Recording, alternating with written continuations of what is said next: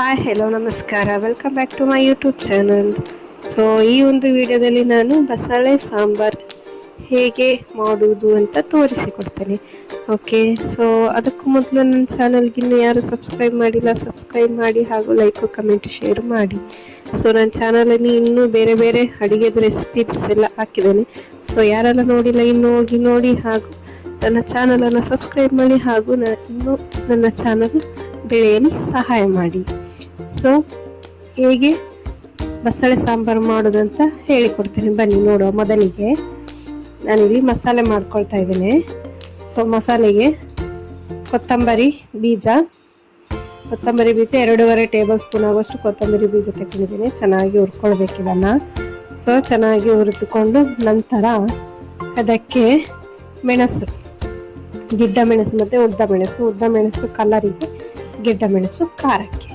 So ಎರಡು ಸೇರಿಸಿ ಒಂದು 10-12 ಮೆಣಸಿನಕಾಯಿ ತಗೊಂಡಿದ್ದೇನೆ, ಒಣಗಿದ ಮೆಣಸಿನಕಾಯಿ. ಸೊ ಅದನ್ನು ಕೂಡ ಚೆನ್ನಾಗಿ ಫ್ರೈ ಮಾಡ್ಕೋಬೇಕು. ಅದನ್ನು ಚೆನ್ನಾಗಿ ಫ್ರೈ ಮಾಡಿದರೆ ಬೇಗ ಮಿಕ್ಸಿಯಲ್ಲಿ ಸಣ್ಣ ಆಗ್ತದೆ, ಇಲ್ಲಾಂದರೆ ಬೇಗ ಸಣ್ಣ ಆಗಲ್ಲ. ಸೊ ಅದಕ್ಕಾಗಿ ಚೆನ್ನಾಗಿ ಫ್ರೈ ಮಾಡ್ಕೋಬೇಕು. ಒಂಚೂರು ಆಯಿಲ್ ಬೇಕಾದರೆ ಆಯಿಲ್ ಹಾಕಿ, ಇಲ್ಲಾಂದರೆ ಸ್ಕಿಪ್ ಮಾಡ್ಬೋದು. ಸೊ ಚೆನ್ನಾಗಿ ಫ್ರೈ ಮಾಡ್ಕೋಬೇಕು. ಇದೆಲ್ಲ ಚೆನ್ನಾಗಿ ಫ್ರೈ ಮಾಡ್ಕೊಂಡ್ಮೇಲೆ ಒಂದು ಕಡೆಯಿಂದ ಬೇಳೆ ಮತ್ತು ಟೊಮೆಟೊವನ್ನು ಬೇಯಲಿಕ್ಕೆ ಕುಕ್ಕರಲ್ಲಿ ಹಾಕಿ ಇಡ್ತಾ ಇದ್ದೇನೆ. ಸೊ ಈ ಮಸಾಲೆ ಒಟ್ಟಿಗೆ ಅದನ್ನು ಹಾಕಿ ಇಡ್ತಾ ಇದ್ದೇನೆ.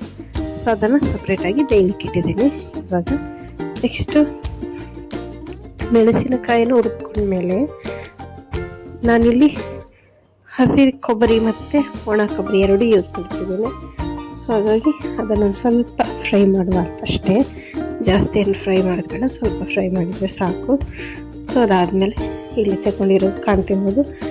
ಸೊ ನೆಕ್ಸ್ಟು ಪುಟಾಣಿ ಏನಿದೆ ಅದನ್ನು ತಗೊಂಡಿದ್ದೇನೆ. ಜೀರಿಗೆ, ಹುಳಿ, ಬೆಳ್ಳುಳ್ಳಿ, ಆಮೇಲೆ ಅರಿಶಿನ, ನಾರ್ಮಲಾಗಿ ನಾನು ಫ್ರೈ ಮಾಡ್ಕೊಂಡಿರುವಂತಹ ಕೊಬ್ಬರಿ ಮತ್ತು ಮೆಣಸು ಮತ್ತು ಕೊತ್ತಂಬರಿ ಬೀಜ ಇವನ್ನೆಲ್ಲ ಮಿಕ್ಸಿಗೆ ಹಾಕ್ಕೊಳ್ಬೇಕು. ಚೆಂದ ಮಾಡಿ ಮಿಕ್ಸಿಗೆ ಹಾಕಿ ಗ್ರೈಂಡ್ ಮಾಡ್ಕೋಬೇಕು. ಸಣ್ಣಾಗಿ ಮಾಡಬೇಕು ಗ್ರೈಂಡು, ಇಲ್ಲಾಂದರೆ ಟೇಸ್ಟು ಸರಿಯಾಗೋದಿಲ್ಲ.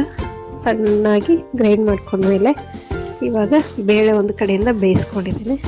ಸೊ ಅದು ಮತ್ತು ಇದೆಲ್ಲ ಸೇರಿಸಿ ಒಗ್ಗರಣೆಯನ್ನು ಕೊಡುವ. ಒಗ್ಗರಣೆಗೆ ನಾನಿಲ್ಲಿ ಆಯಿಲು 1.5 ಟೇಬಲ್ ಸ್ಪೂನ್ ಅಷ್ಟು ಆಯಿಲ್ ಹಾಕಿದ್ದೇನೆ. ಮತ್ತು ಜೀರಿಗೆ ಆಲ್ರೆಡಿ ಅಲ್ಲಿ ಹಾಕಿದ್ರಿಂದ ಜೀರಿಗೆ ಯೂಸ್ ಮಾಡ್ತಲ್ಲ, ಸಾಸಿವೆ, ಇಷ್ಟು ಬೆಳ್ಳುಳ್ಳಿ, ಆಮೇಲೆ ಕರಿಬೇವು ಇಷ್ಟು, ಮತ್ತು ಮೆಣಸಿನಕಾಯನ್ನು ಒಂದು ಸ್ವಲ್ಪ ಆಯಿಲಲ್ಲಿ ಫ್ರೈ ಮಾಡ್ತಿದ್ದೀನಿ. ಈ ಥರ ಮಾಡೋದ್ರಿಂದ ಚೆನ್ನಾಗಿ ಫ್ಲೇವರ್ ಬರ್ತದೆ. ಸೊ ನೆಕ್ಸ್ಟ್ ಇಲ್ಲಿ ಬಸಳೆ ಸೊಪ್ಪು ಏನಿದೆ ಅದನ್ನು ಕಟ್ ಮಾಡಿಕೊಂಡು ಚಿಕ್ಕದಾಗಿ ಕಟ್ ಮಾಡಿದ್ದೇನೆ. ಸೊ ಅದನ್ನು ಒಂದು ಸ್ವಲ್ಪ ಆಯಿಲಲ್ಲಿ ಅರ್ಧ ಫ್ರೈ ಮಾಡ್ಕೊಳ್ಳುವ.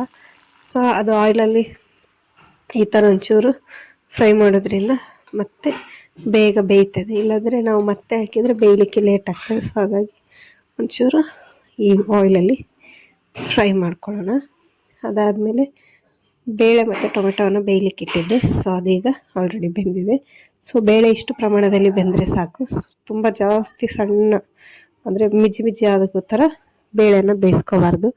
ಸೊ ಸ್ವಲ್ಪ ಮೀಡಿಯಮ್ ಗಟ್ಟಿ ಇದ್ದಷ್ಟು ಆಗುವಷ್ಟು ಬೇಳೆನ ಬೇಯಿಸ್ಕೋಬೇಕಷ್ಟೇ. ಆ ಥರ ಇದ್ದರೆ ಮಾತ್ರ ಇದಕ್ಕೆ ಟೇಸ್ಟ್ ಚೆನ್ನಾಗಿ ಬರ್ತದೆ. ಮತ್ತು ಅಲ್ಲಲ್ಲಿ ಬೇಳೆ ಸಿಗುತ್ತೆ ನಿಮಗೆ ಸಾಂಬಾರಲ್ಲಿ, ಅದು ಚೆನ್ನಾಗಿರುತ್ತೆ ಟೇಸ್ಟ್. ಸೊ ಇದೆರಡನ್ನು ಚೆನ್ನಾಗಿ ಮಿಕ್ಸ್ ಮಾಡ್ಕೋಬೇಕು. ಆಲ್ರೆಡಿ ಇದು ಬೆಂದಿತ್ತು ಅರ್ಧ, ಅದಕ್ಕೆ ಇವಾಗ ಟೊಮೆಟೊ ಮತ್ತು ಬೇಳೆ ಹಾಕಿದ್ದನ್ನು ಬೇಯಿಸ್ಕೊಂಡಿರೋದನ್ನು ಹಾಕಿ ಫ್ರೈ ಮಾಡ್ತಿದ್ದೇನೆ. ಸೊ ಅದಕ್ಕೀಗ ರುಬ್ಬಿಟ್ಕೊಂಡಿರುವಂತಹ ಮಸಾಲೆ ಏನಿದೆ ಆ ಮಸಾಲೆಯನ್ನು ಕೂಡ ಆ್ಯಡ್ ಮಾಡ್ಕೊಳ್ಳುವಂಥದ್ದು. ಈಗ ಆ ಮಸಾಲೆ ಆ್ಯಡ್ ಮಾಡೋದ್ರಿಂದ ಸ್ವಲ್ಪ ಗ್ರೇವಿ ಗಟ್ಟಿ ಆಯಿತು. ಸೊ ಗಟ್ಟಿ ಆದರೆ ಇಷ್ಟು ಗಟ್ಟಿ ಆದರೆ ಸರಿ ಆಗೋದಿಲ್ಲ, ಹಾಗಾಗಿ ಅದಕ್ಕೆ ಇನ್ನೊಂದು ಸ್ವಲ್ಪ ಮಿಕ್ಸಿ ಜಾರಿಗೆ ಏನಿದೆ ಸ್ವಲ್ಪ ನೀರು ಹಾಕಿ ಅದನ್ನೇ ತೊಳೆದು ಇವಾಗ ಇದಕ್ಕೆ ಹಾಕ್ಕೊಳ್ಳೋಣ. ಸೊ ಮಿಕ್ಸಿ ಜಾರನ್ನು ತೊಳೆದ್ಬಿಟ್ಟು ಅದರದ್ದು ನೀರನ್ನು ಇದಕ್ಕೆ ಹಾಕ್ಕೊಳ್ತಿದ್ದೇನೆ. ಇಷ್ಟೆಲ್ಲ ಆದಮೇಲೆ ನೆಕ್ಸ್ಟು ನಾವು ಬಸಳೆದು ಕಡ್ಡಿ ಏನು ಹೇಳ್ತೇವೆ, ದೊಂಟು ಅಂತ ಹೇಳ್ತೇವೆ ತುಳುವಲ್ಲಿ. ಸೊ ದೊಂಟು ಏನಿದೆ ಆ ದೊಂಟನ್ನು ಹಾಕಿ ಚೆನ್ನಾಗಿ ಕಲಿಸ್ಕೋಬೇಕು. ಸೊ ಚೆನ್ನಾಗಿ ಕಲಿಸ್ಕೊಂಡು ಇವಾಗ ತೊಳೆದಿರುವಂತಹ ಮಸಾಲೆ ನೀರನ್ನು ಕೂಡ ಹಾಕ್ತಾಯಿದ್ದೇನೆ. ಇಷ್ಟು ನೀರು ಹಾಕ್ಕೊಂಡ್ರೆ ಸಾಕು, ಜಾಸ್ತಿ ಏನು ಬೇಡ. ಜಾಸ್ತಿ ನೀರು ಹಾಕಿದರೆ ಚೆನ್ನಾಗಿರೋದಿಲ್ಲ, ಇಷ್ಟೇ ನೀರು ಹಾಕಿದರೆ ಸಾಕು. ಇಷ್ಟು ಹಾಕಿ ಮತ್ತೆ ರುಚಿಗೆ ತಕ್ಕಷ್ಟು ಉಪ್ಪು ಹಾಕ್ಕೊಳ್ಬೇಕು. ಎಷ್ಟು ಬೇಕಷ್ಟು ರುಚಿಗೆ ತಕ್ಕಷ್ಟು ಉಪ್ಪು ಹಾಕಿ ನಂತರ ಅದನ್ನು ಸ್ವಲ್ಪ ಟೇಸ್ಟ್ ಇನ್ನೂ ಸ್ವಲ್ಪ ಚೆನ್ನಾಗಿ ಆಗಬೇಕಂದ್ರೆ ಒಂಚೂರು ಬೆಲ್ಲ ಹಾಕಬೇಕು. ಸೊ ಬೆಲ್ಲ ಹಾಕಿ ಕುದಿಲಿಕ್ಕೆ ಬಿಡಬೇಕು. ಸೊ ಬೇಯಲಿಕ್ಕೆ ಒಂದು 10 ಬೇಡ, ಒಂದು 5 ನಿಮಿಷ ಸಾಕು ಬೇಯಲಿಕ್ಕೆ. ಸೊ ಅಷ್ಟು ಬೇಯಲಿಕ್ಕೆ ಬಿಡಬೇಕು. ನಾನೀಗ ಬೆಂದಾಯಿತು. ಸೊ ಬೆಂದಾಗಿರೋದನ್ನು ತೋರಿಸ್ತಾ ಇದ್ದೀನಿ. ಇನ್ನೂ ಗ್ರೇವಿ ಗಟ್ಟಿ ಬೇಕು ಅನ್ನೋರಿಗೆ ಇನ್ನೂ ಸ್ವಲ್ಪ ಬೇಯಿಸಿದ್ರೆ ಗ್ರೇವಿ ಆಗುತ್ತೆ.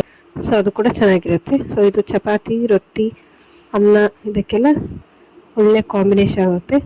ಇದು ಮಾತ್ರ ಟೇಸ್ಟ್ ವೈಸ್ ಅಂತೂ ಸೂಪರ್ ಆಗಿರುತ್ತೆ. ಬಸಳೆ ಸಾಂಬಾರು ಒಂದ್ಸರಿ ಮಾಡಿ ತಿಂದು ನೋಡಿ, ಮತ್ತೆ ಎಡಿಕ್ಟ್ ಆಗ್ತೀರಾ. ಸೊ ಅಷ್ಟು ಚೆನ್ನಾಗಿರುತ್ತೆ ಬಸಳೆ ಸಾಂಬಾರು.